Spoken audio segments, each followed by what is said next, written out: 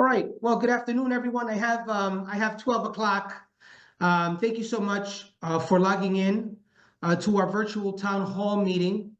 It means a great deal to us. I wanted to start on time, but as I mentioned a few minutes ago, there were some of you who joined early.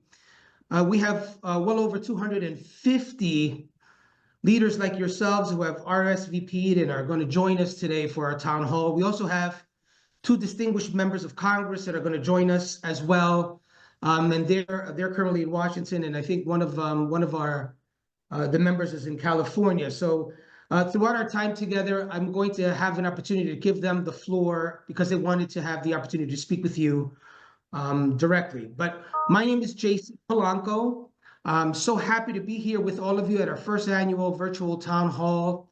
From the looks of the RSVPs, this is going to be an incredible success. It means a great deal for us to have you here as we examine the future of the legal profession and diversity, equity, and inclusion in all its forms.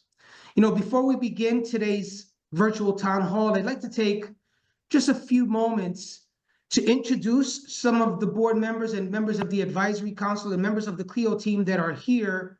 If I don't mention you, it's because I haven't seen you or didn't see you come in yet. I will make sure to do so throughout the meeting, but we've been joined by the chair of the board of the Council on Legal Education Opportunity, Chairwoman Elizabeth Campbell. Welcome, Chairwoman. Thank you so much. We have board member Pamela Rothenberg, who's here from Virginia. Welcome, Pamela.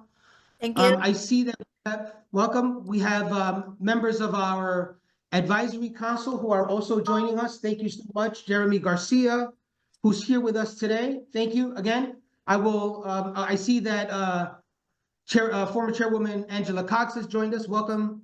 And we have our staff. Thank you, former Chairwoman. We have Linda Ceballos, who is our Vice President of Academic Affairs and longtime member of the CLEO team, who runs our Academic Affairs Department. Julie Long, our Vice President of Finance and Administration, and Dominique Moss, who is the Director of our Law School Initiatives. This is your CLEO team. I want to thank all of you for being here. I also want to take an opportunity to recognize some important stakeholders that we have. There's so many to name and give shout outs to, so it's going to be very difficult for us, but we do see some of our friends at Latino Justice. Can you go on mute, please? I hear an echo. Nanette, I see you here as well. We have our family members out of NCBE. Thank you so much for being part of the CLEO family and all for our students. Thank you so much. Those of you that are here from those organizations, and throughout our time together, I'll make sure to mention some of our other important stakeholders that have joined us today. So, without any further ado, I would like to just thank everyone for being here today. It means a great deal for us. You could have been anywhere else, but in these tough times, it was important that we get together and have some time to examine some of the issues that we're dealing with, and some of the issues that you're dealing with, and how we can work together to weather the storm. You know, before we begin, I'm president and CEO of the Council on Legal Education Opportunity. I'm JC Polanco. I'm honored to lead this distinguished group of fellow team members that have dedicated their careers to making law school a reality for thousands of people across the country and thousands of people of diverse backgrounds, people from underrepresented backgrounds. We have been in this mission now as CLEO for 57 years. Now, well over 34,000 students have gone through our programs. And that's a testament to the incredible work of our board, people who believed in the mission of CLEO, people who focused a great deal on preparing students that come from places like so many of us come from, where we lack the resources or perhaps systemic barriers and structural barriers made it almost impossible for us to join the legal profession.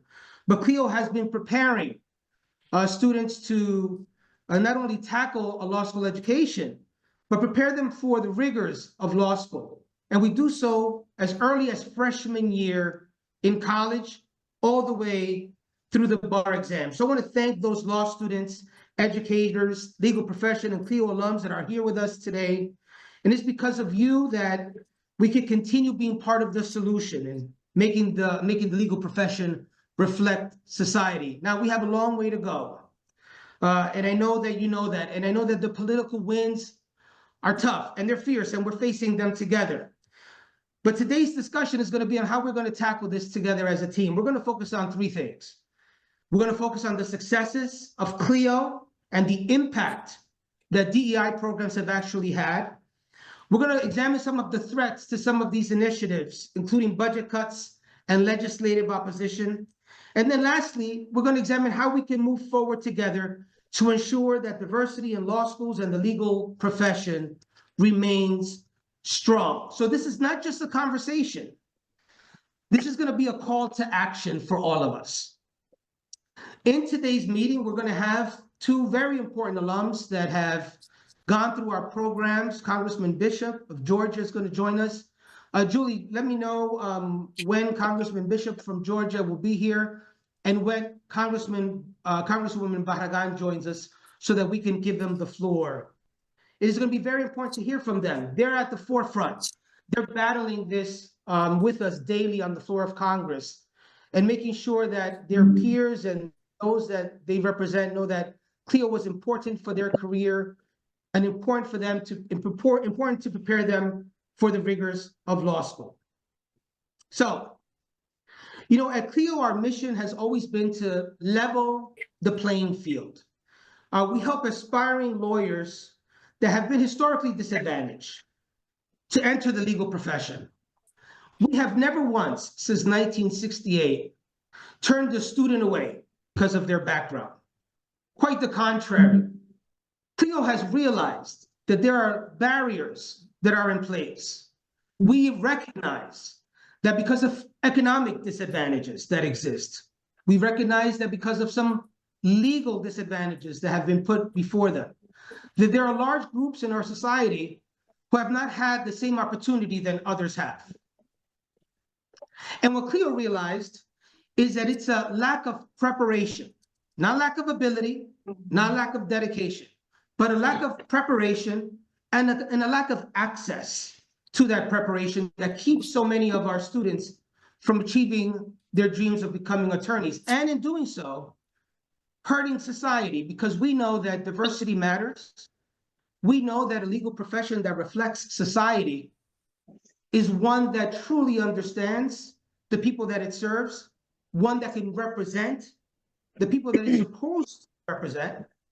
And there's something invaluable about being able to go into a courtroom and see people that look like you in that courtroom, where they're sitting as judges in the chambers, as we have here at CLEO, hundreds of CLEO students that have gone through our program that today sit at every level of the judiciary, from the federal courts to state and local courts.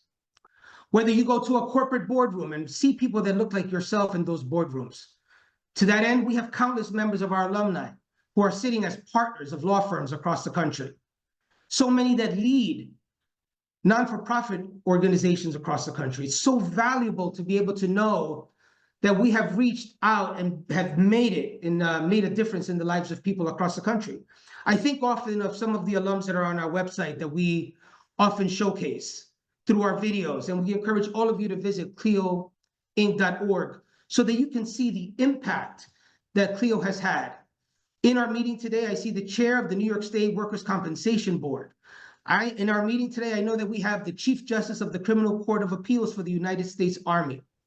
I mean, this is just a microcosm of the people that we have served and have gone through our CLEO program and today are out there making a difference. So yes, over 34,000 students have gone through CLEO's programs and today have gained admissions to law school and are making a difference in the lives of people all over the country. And we do so because of the programs that we have. The programs that we have, we run all over the country.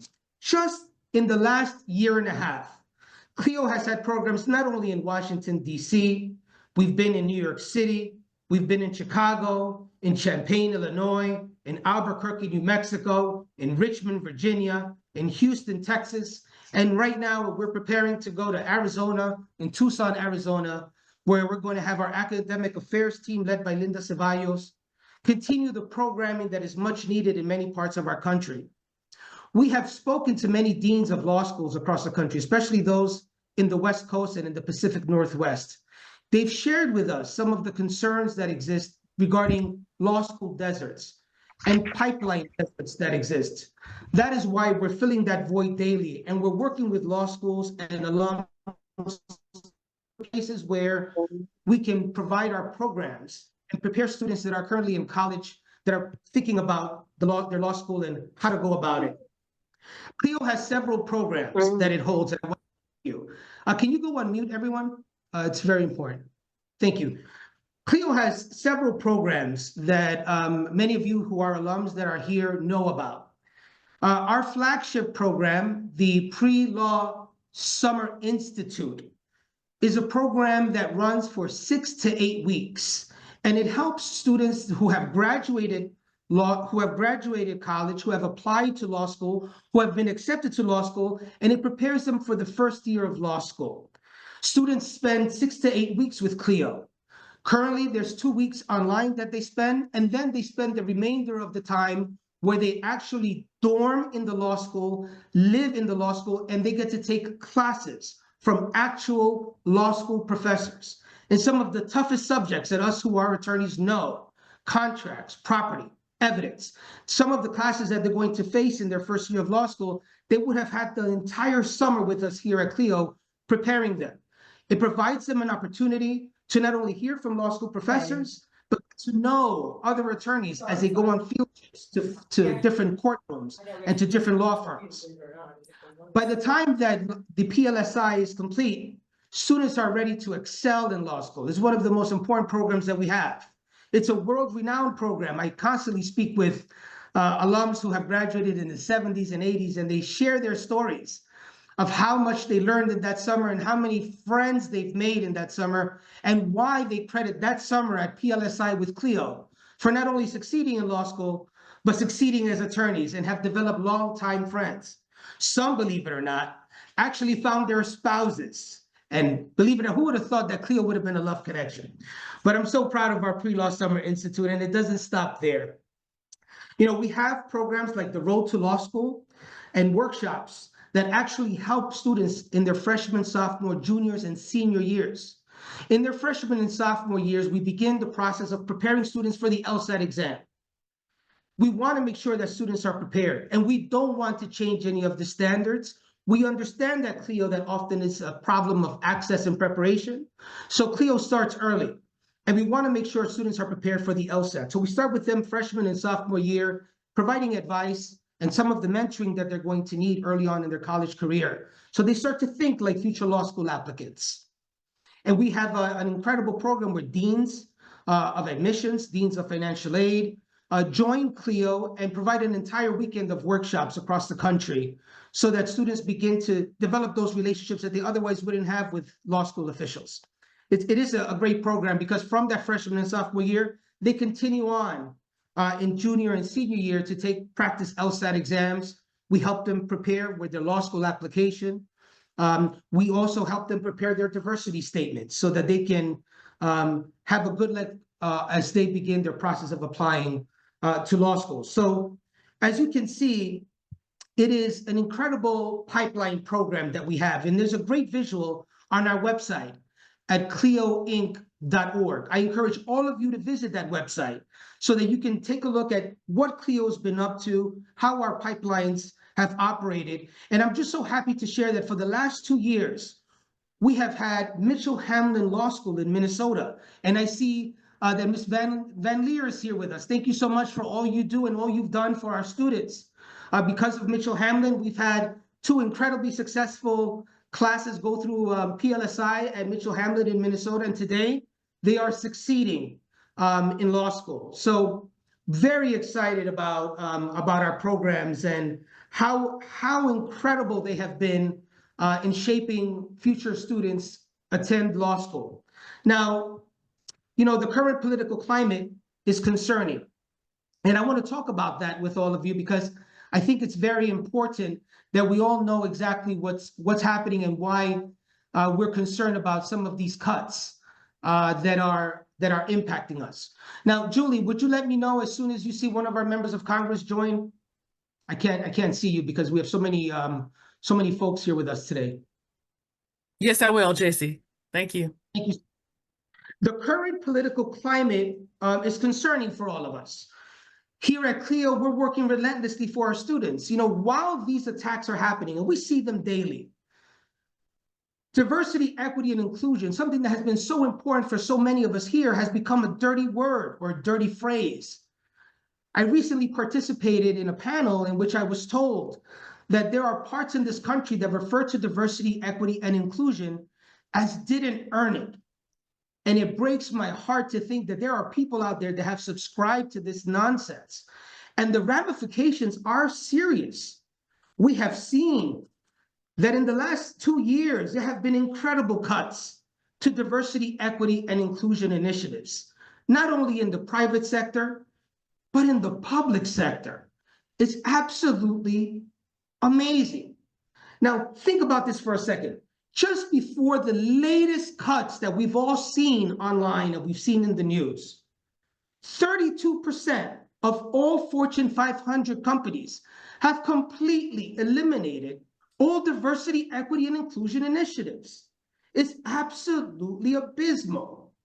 We have seen how many cuts there have been in the education landscape as university system after university system, afraid of lawsuits and afraid of being targeted by folks that couldn't care less about providing access and opportunities for students that come from many parts across the country, how they too have shuttered their doors, how they're trying to figure out ways that they can rename things and move people around. I speak to these deans of diversity, equity, and inclusion.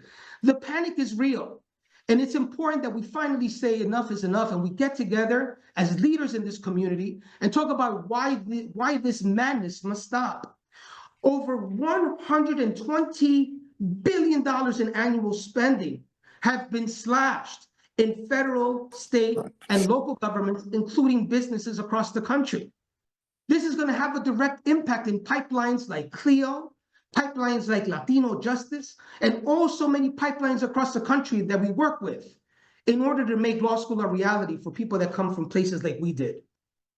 Now, it's very important that we somehow grab the mantle now and make a true difference and start thinking about how we can work together. I did a clinic down at the University of Florida, so I think that if you could, thank you, what we can do together so that we can stop the madness. Now, you know, the consequences of these cuts, and I want you to think, these are not just numbers. CLEO has been around now for 57 years. So many organizations that I work with have been around for a generation or more.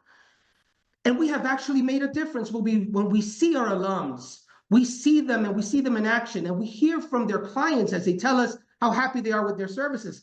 To think that there are people out here in our country that are hell-bent on getting rid of our programs. These consequences are serious. What's going to happen because of these cuts? Well, we're going to have less money available to support our students. For every one of our students that go through CLEO, it takes about $3,000 from freshman year all the way to the moment they take the bar exam of funding. Now, often we rely out there on many of the organizations that are currently under attack or afraid of continuing to support causes like ours that prepare students for access to the legal profession. Now, the problem is also that we don't see a decline in applicants to law school. We're seeing more and more students from our communities apply to law schools every single semester. As a matter of fact, I was just at a meeting in December with NCBE where we were studying that there has been an increase for 30% in people that are interested in law school, many from our communities. But yet there has been a decrease in acceptances of Black men at Harvard by over 50%. These cuts are serious. The cultural shift that's happening is serious, and we have to do something about it. Now, I want to examine that with all of you, and I'm so happy you're here. We've been joined by Congressman Bishop. Congressman Bishop, an alum of the Council on Legal Education Opportunity. Welcome, Congressman Bishop. Thank you so much for joining us. Julie, if you would allow Congressman Bishop to have the floor. Well, thank you. Good afternoon. And Good I'm afternoon, glad to be able to participate. Can you hear me? Yes, we hear you, Can you hear Congressman. me? Yes. Okay. I'm glad to be able to participate with this very, very important and timely discussion. I don't need to say to anybody on this call how important CLEO is, nor how important it is for diversity to be really, really impacting our judicial system. We need more lawyers. We need lawyers of all backgrounds. And what we're experiencing now is a direct affront, an attack on inclusion and participation in our society. It's very pervasive and it's happening in every aspect of the society through this new administration. Obviously, they have been planning for it for some time, and it's the floodgates are open, and we are now trying to drink through a fire hose. We have got to quickly strategize all people who are interested, and everybody should be, in being able to fight back and to stop this really deluge of attacks on all of our institutions. And of course, how we do it at this point, I don't know. It's been barely over a week, and it has been coming at such a velocity and so broad and so deep that we've hardly had an opportunity to catch our breath. So I'm interested to hear comments and to hear strategies in this conversation because it's very, very devastating. And what I see happening is a trend that will take us back and reverse the gains that we have had in equal opportunity and equal access, and take us back 50 or 60 years. That's unfortunate, and we have got to confront it and respond to it however we can strategically do that. But we need to form a strategy, and we need to do it very quickly. Thank you, Congressman, and thank you for fighting the good fight in Congress for ensuring that the legal profession reflects society. And we know that it's tough. We've seen what's been happening in the last, I would say, week, maybe 9 days. It has been an onslaught of attacks and demonizing the incredible work that people like yourself and folks that care about diversity, equity, and inclusion. And what we're seeing, Congressman, and one of the things we were talking about a little earlier, was that there has been a real shift in the culture and in the narrative of diversity, equity, and inclusion. You know, diversity, equity, and inclusion continues to be a place where we would encourage people to seek opportunities. And one of the many things that we do here in the world of diversity, equity, and inclusion is that we prepare students. So we really need you, Congressman Bishop and Congresswoman Barragán and the rest of your team to continue highlighting how important it is to support programs like ours. Now, I know that there has been immediate cut on everything DEI, and Congressman, we just talked about the numbers. We're looking at $120 billion in cuts. Those cuts are going to be severe, and they're going to hurt a lot of pipelines and diversity programs across the country. And because of that, we have to figure out what can we do in light of the current reality. And one of the things, Congressman, that we're realizing, and I want to make sure that we're all, yeah, one of the things, Congressman, that we're trying to figure out is, you know, the reality that we are here is that if we're fighting for access and preparation, if we're not asking to change the rules of the game, if we recognize that there have been systemic barriers that have kept people from succeeding in college or preparing them for law school prior to college, and as I speak to educators, they'll tell me, JC, I'm telling you, my students as early as high school weren't reading at the level that they should be, and this is why we discovered that there's some real systemic barriers. If we care so deeply in this space about preparing students, how in the world is it possible that there are people out there that are trying to stop us from preparing students? That's all we want. We want to prepare students. We want to give them the access to networking, Congressman. JC, you are preaching to the choir here. All of us recognize what you're saying, but we're dealing with a systemic change with barriers. Those folks know exactly what this program is all about and what DEI is all about. And this is intentional. This is not accidental or incidental, or these are just fallout from other good policies. This is absolutely intentional. And the intent is to be able to make impotent all those people who are opponents to this administration's policies. It's simply that. And it's not just for now, it's for the long term. Every aspect that Congress is involved in, all of the 12 appropriations bills, whether it's healthcare, whether it's education, whether it's transportation, whether it's business, everything is being cut as far as DEI to make sure that those folks that have been left out in the past that are now beginning to get into the door, to make sure that they don't and they will not going forward. This is not accidental, so we don't have to be convinced. We need to be thinking about how we fight against it. And it's a matter of elections having consequences. We don't have a majority in the House. They control the key committees. We don't have a majority in the Senate, and we don't have the White House. And these executive orders are flying. And unfortunately, it appears as if the institutions in the judicial branch have been co-opted also. So we have got to quickly figure out what life preservers we can hold on to until we can get our feet on solid ground to attack this.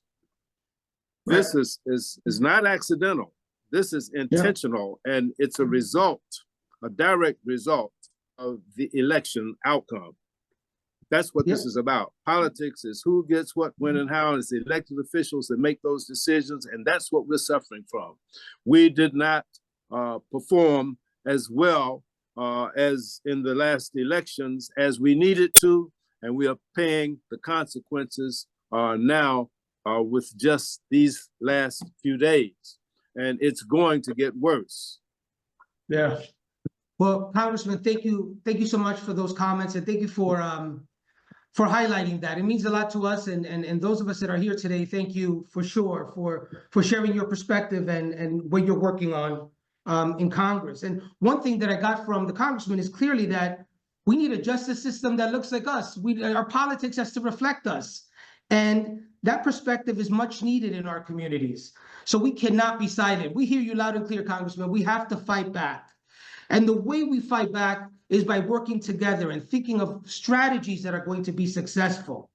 One of the things that I want to put out there, and I know on behalf of CLEO, is that we have to make sure that we're working in perfect synergy as a team. Now, we know that in our town hall today, we have law schools, we have attorneys and law firms, we have alums, we have people in the diversity scape, we have people in Congress that are also here with us. And one of the members of Congress that has joined us along with Congressman Bishop is CLEO alum and representative from California, Congresswoman Nanette Barragán. Welcome.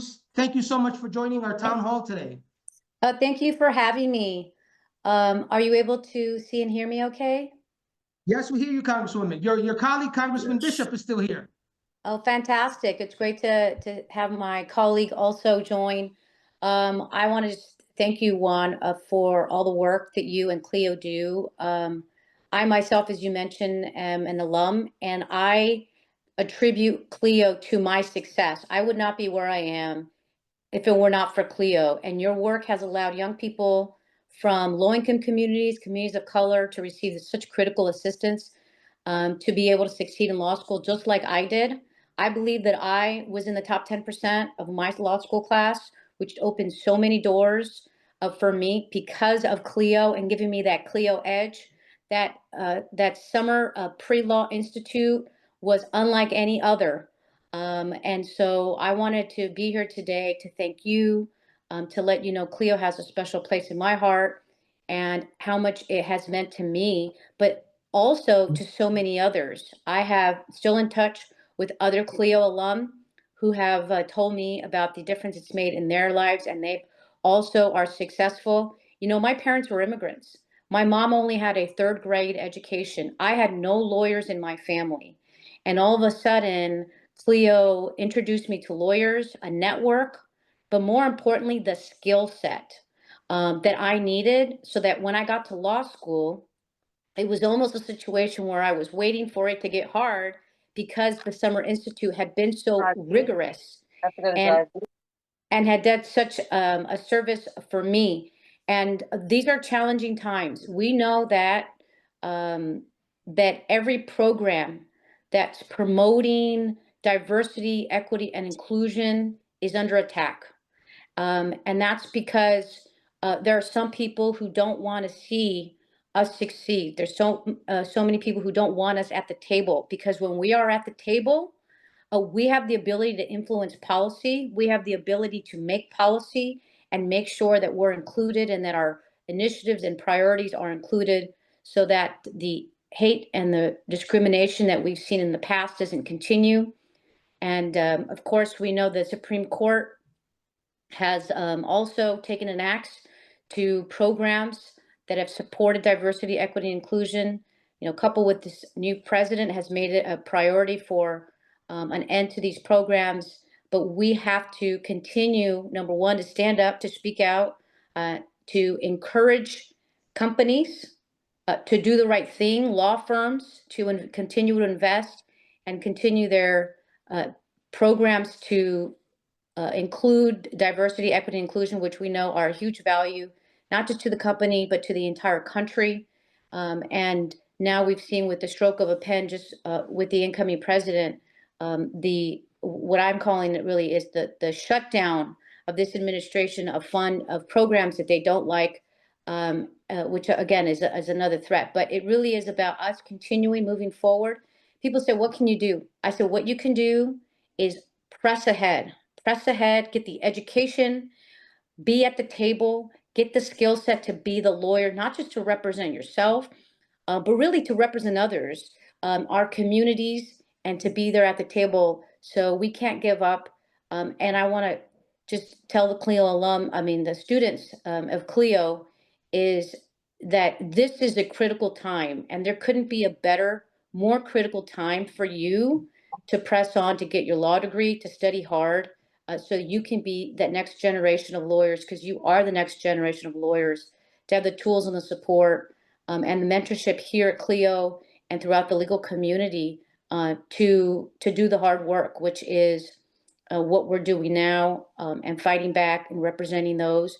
And you might be the next lawyer going in to the Supreme Court to make sure you're standing up for the rights of all of us.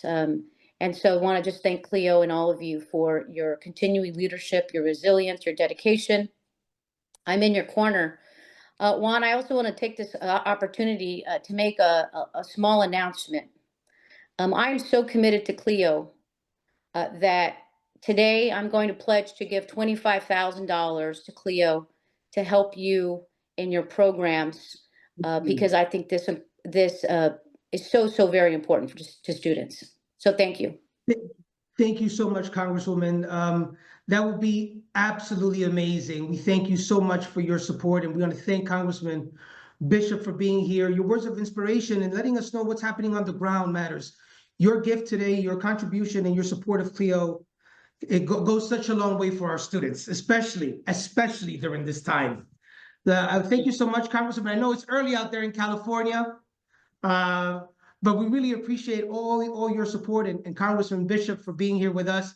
You know, there's so much, and I know there's so many people here. We have almost 300 people here, and I'm sure a lot of people have questions. We got some questions that were asked beforehand. We put them on Dominique Moss will be reading some of them a little later. But I wanted to make sure that I got an opportunity to thank you and Congressman Bishop for your support and your help and everything you do for us, especially in light of what's happened 9 days ago. We are living it and we are experiencing it. It's great to have you at the forefront.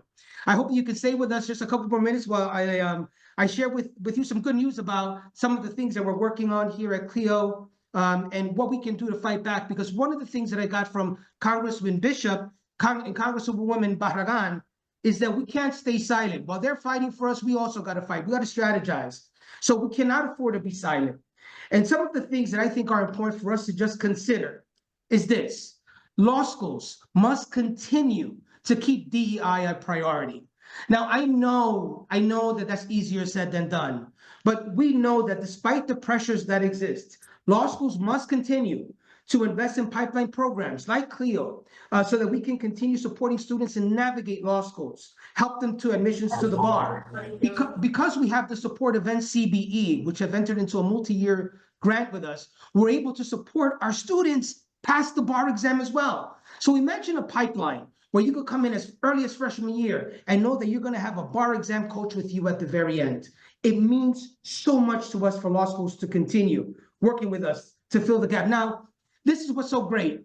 Some law schools may not have the budget to have their own pipeline program. Rest assured, CLEO is here. We've been doing it now for 57 years. But we are here to help. We stand ready to help you prepare your students throughout the year, prepare your applicants that you're targeting from various backgrounds, and encourage them to attend law school. What I would like for you to know is that often when you think about diversity, and when people talk about diversity on TV, they often look at people that look like you and me and don't realize that the diversity umbrella is overly broad. Under the diversity umbrella, we have veterans. We have people that are from low-income backgrounds. People like J.D. Vance, who I think today just completely forgot that they may too have benefited from a diversity statement. I would love to see that law school application to Yale just for 1 minute. But you know, we have women that are not of color who have benefited incredibly through DEI. We have folks from the LGBTQ community. We have first-generation Americans. We have African Americans who have been here from the inception, and we stand on their shoulders. This is a very, very broad term, DEI, so we always have to be mindful that this involves many, many, many groups of people that have been systemically kept from success. So law schools that are focusing on those applicants, rest assured, CLEO is here for you. We are here to help you. Consider continuing your efforts and count on us to support you, support us. Attorneys and law firms, you have to step up, especially if you believe strongly in the importance of diversity. You need to become a mentor, be a sponsor, invest in CLEO. If you don't have the money because you're a solo practitioner, but you want to mentor one of our students, we have hundreds of students. Every year, we serve 1,200 students that come through our programs that would love to have a mentor like you, to teach them the ropes, to tell them that the real opportunity that exists as an attorney is right within their reach. So there's a lot you can do. You can also contribute to CLEO. You can support our efforts because it costs about $3,000 for every one student, and we have to go out there and find those funds. So you may not have a diversity office anymore. That's okay. Maybe you're concerned. That's fine, but you can support CLEO. Why? Because CLEO has never, ever, ever rejected a student because of their background. This is a law school preparation pipeline. You can't support CLEO and do so without any fear or concern. And we have to, lastly, change the narrative of behind diversity. As I shared with you a little earlier, it's not about didn't earn it. Could you imagine for a second if our students that come from diverse backgrounds, those first generation, those students that have come from families who have been redlined, who have experienced American racism and discrimination like no other in our history, children and grandchildren of the Jim Crow era, could you imagine those students and the access to opportunities that they would have if those barriers were not in front of them? This is not about didn't earn it. This is only, can you imagine if those barriers were not there? Could you imagine what that B student would have been able to achieve had he not had to go work and raise a family, or he hadn't had to work to provide for his family, or perhaps he was in a school system that actually cared about their reading attainment? Could you just imagine? I often give the story as I travel the country speaking to students, that you have students that you're going to be competing to whose worst day going to school was dodging a butterfly as they jogged around the lake, when so many of our students come from places where they have no money, where they're not dodging butterflies, but they're dodging poverty, and they're dodging awful state test exams and teachers who couldn't care less. So we have to realize that diversity doesn't mean you can't. Diversity just gives an opportunity for access and preparation for students who otherwise would just be incredible. So it's not a liability. It is an economic and social asset when the legal profession looks like you. Diversity also drives innovation. Equity strengthens the legal system. Inclusion builds public trust and the rule of law. So we must highlight those stories and reinforce the value of the diverse profession. That's why I was so happy to see so many of you here, and the Congressman, Bishop and Congresswoman Barragán, to share their stories as to what they're doing and what they're working on and how we can work together to do that. Now, let's reposition diversity, equity, and inclusion so that no longer people refer to it as didn't earn it. Let's talk about the positives behind it, the wonderful things that happen when we give people an opportunity to prepare and access for greatness. So before we go off to question and answer, I want to make sure that you understand that this is not just a conversation, this is a call to action. If you're a law student, lead the charge in student organizations, mentor underclassmen, be vocal in advocating about access and preparation. If the diversity word is scaring people, that's fine. We don't care what you call it as long as you're consistently preparing, giving access to students who otherwise wouldn't have had the opportunity. If you work at a law school or at a law school representative, don't let these budget cuts silence you. Fight for resources, push for funding, seek partnerships, and count on CLEO. You have a team here who has 57 years of experience in this, so you can count on us always. If you're an attorney, reach out to an aspiring law student. Invest in scholarships. Hold your firm accountable to DEI commitments. And with CLEO standing with you, we're going to be able to close the gap. And we really need your support. I invite you to join this effort. Help us in advocating, engaging, and reframe the narrative of DEI. Our students perform better than anyone else when they go through our programs. So it doesn't matter what the White House wants. It doesn't matter what's coming out from some people who couldn't care less if we do, if we care. And I want to make sure that I give the opportunity to our Director of Law School Initiatives, who all of you are going to know and love, Dominique Moss. I know that we had so many questions. We had hundreds of questions come in.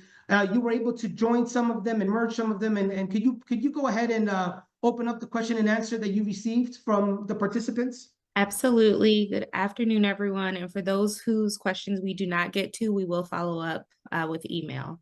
So the first question, JC, how do we go on offense? How do we protect our ability to ensure opportunities?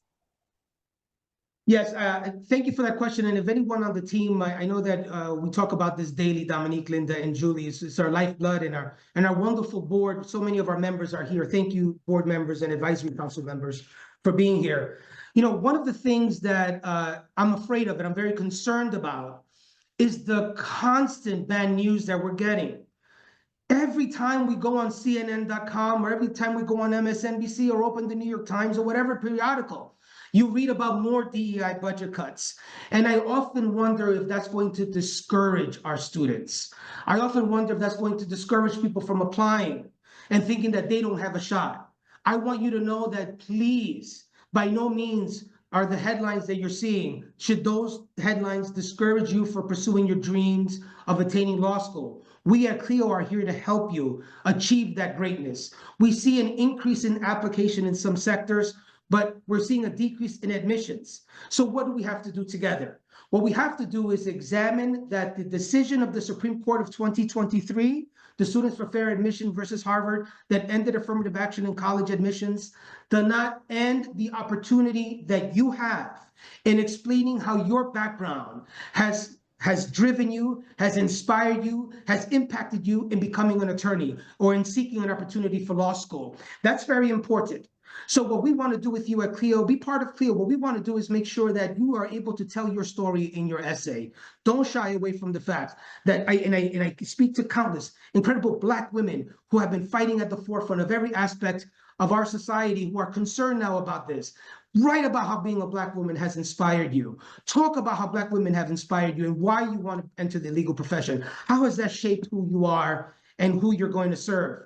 Nothing in that Supreme Court decision stops you from doing that. So my biggest fear, Dominique, and to answer that question to the individual who submitted that question is, do not stop. Do not give up. These headlines scare us daily, but we are going to fight hard against them from now on by making sure that you have the tools you need in order to gain the access to admissions that is so rightfully yours. Dominique? Thank you, JC. Our next Thank question. you. How can alumni become more engaged to help CLEO fight and bring confidence to our future law students? Alums, you are the lifeblood of CLEO. There's so many of you here, you know who you are. Without you, there is no CLEO. It is so important that if you've been away from us for a while, come back. We need you now more than ever. We're working hard. Our student numbers are not decreasing, they're increasing. We need you back on the fold. So there's so many things you can do. I really would encourage you to consider having an event, a happy hour, have a little town hall of your own in your area. Invite me, I'll come. And we can get together, we can reinvigorate your network of CLEO alums in your area. Support CLEO.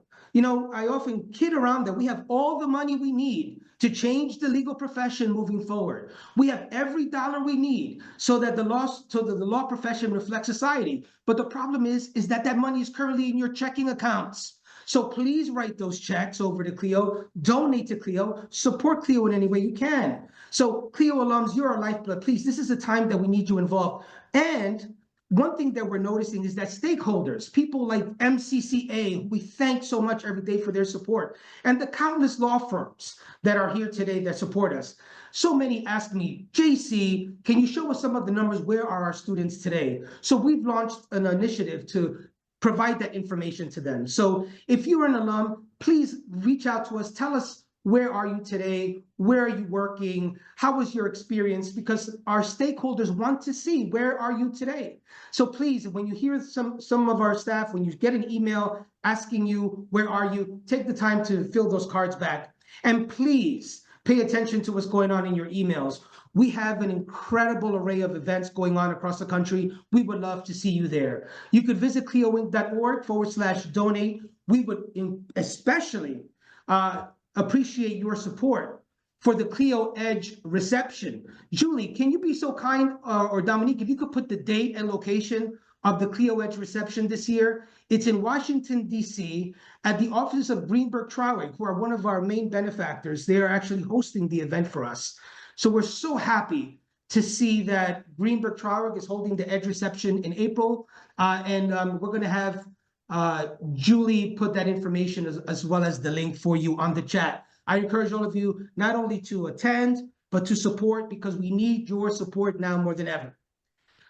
Dominique, is there another question there? And if we have time for, I know time is ticking and I want to make sure I get to as many as possible.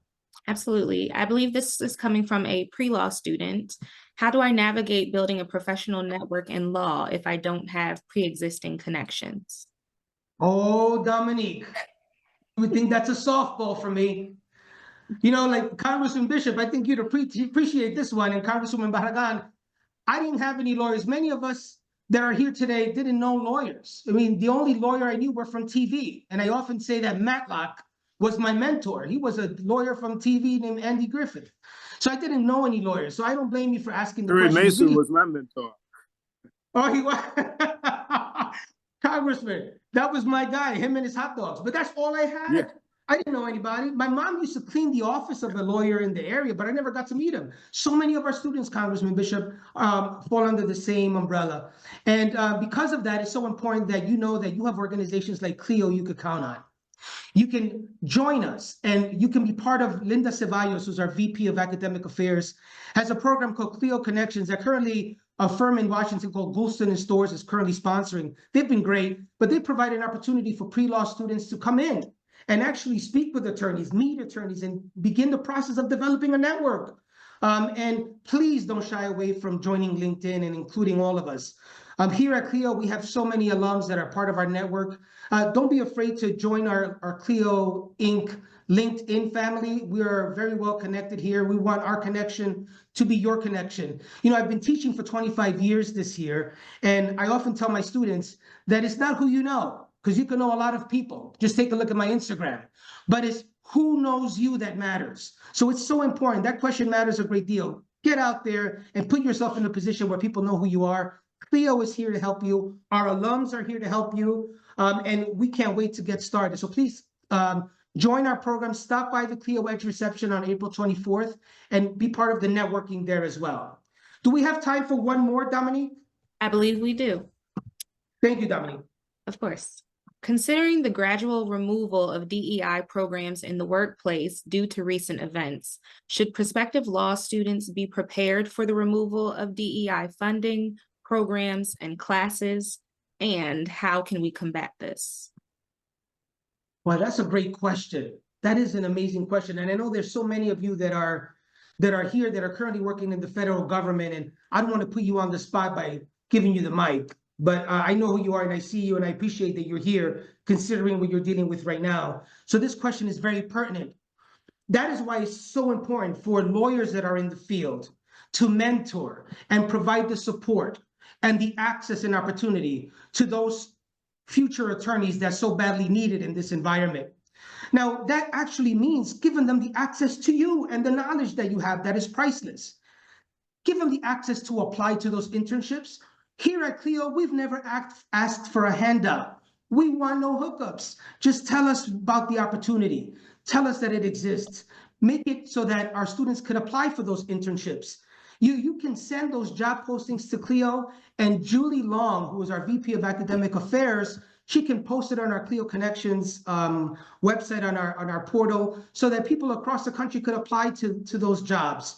Put that internships here with us so that we can let the world know that this internship is available. So it doesn't go to that good old boy network that it historically goes to. So we are depending, to answer that question, we are depending on lawyers in the field to take the initiative, to keep our people in the know, to let our students know when to apply, when is their networking night.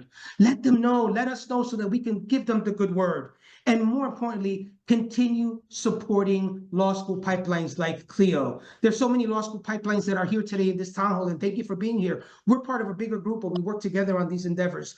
But please, if you want to support monthly, you could go visit us and actually do a subscription model where every month you give a small contribution, or you could give us a multi-year grant and say, you know, we would like to support, if it costs $3,000 per student in the clinic, we want to support 1, 2, 3, perhaps you want to support an entire pre-law summer institute, and we can name it after your firm or your organization, whatever it takes so that we can make a difference, but we need your support to make it happen. Dominique, thank you for reading those questions. And like Dominique promised, we're going to email the individuals that asked the questions on the question and answer, and we're going to actually answer you, and we can develop a dialogue via email or on LinkedIn or wherever we can. So lastly, I want to make sure that we keep our head straight, keep our chin high.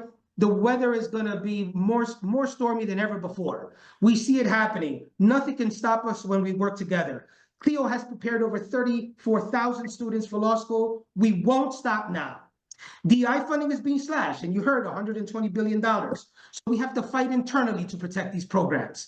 If it means focusing on our messaging, on what we're asking for, if we don't want to say things that are going to feed the narrative, let's be mindful of those things. Let's be mindful of our messaging so that when we're speaking to people about the importance of diversity, we're not giving ammunition to those people that want to do away with our programs. I often think of the wonderful women of the Fearless Fund in Georgia, who fought so hard so that Black women have an outlet to know about investment and how to be investment capitalists. And for some reason, there were people that wanted to get them done away with. But thanks to Ben Crump, we were able to ensure that programs like Fearless Fund don't continue to be dismantled. I think about them because I think about what is in the horizon if we don't fight back and organize and focus on our messaging now. So let's focus on making sure that we're not feeding into narratives by ensuring that we're asking for access, opportunity, and preparation for our students. Now, I want to thank all of you for participating in our first annual town hall. What I would like to do is I want to make sure that all of you visit our website at cleoinc.org. Please support CLEO today. We need your support so that we can survive another 50 years, so we can weather this storm. If you're an alum, please participate in local programs. We have an entire site where you can actually reach out to us and ask us for support. We can actually help you have a local gathering of alums. If you're a law school, please consider joining our consortium. Be part of our family. We're here to help, and we are here to make a difference in the lives of your students and really make the law profession a reality for thousands of students across the country. I want to thank you for joining us today. Please add us on LinkedIn if you haven't done so already. And be sure to click on the donate website and participate in the CLEO Edge program in April. Thank you so much for all of you who have been joining us. Thank you so much, Congresswoman Barragán, for your generosity. Thank you, Congressman Bishop. Thank you, NCBE. Thank you, Honorable Bonilla. Thank you, everyone who's been here with us today. Have a wonderful day.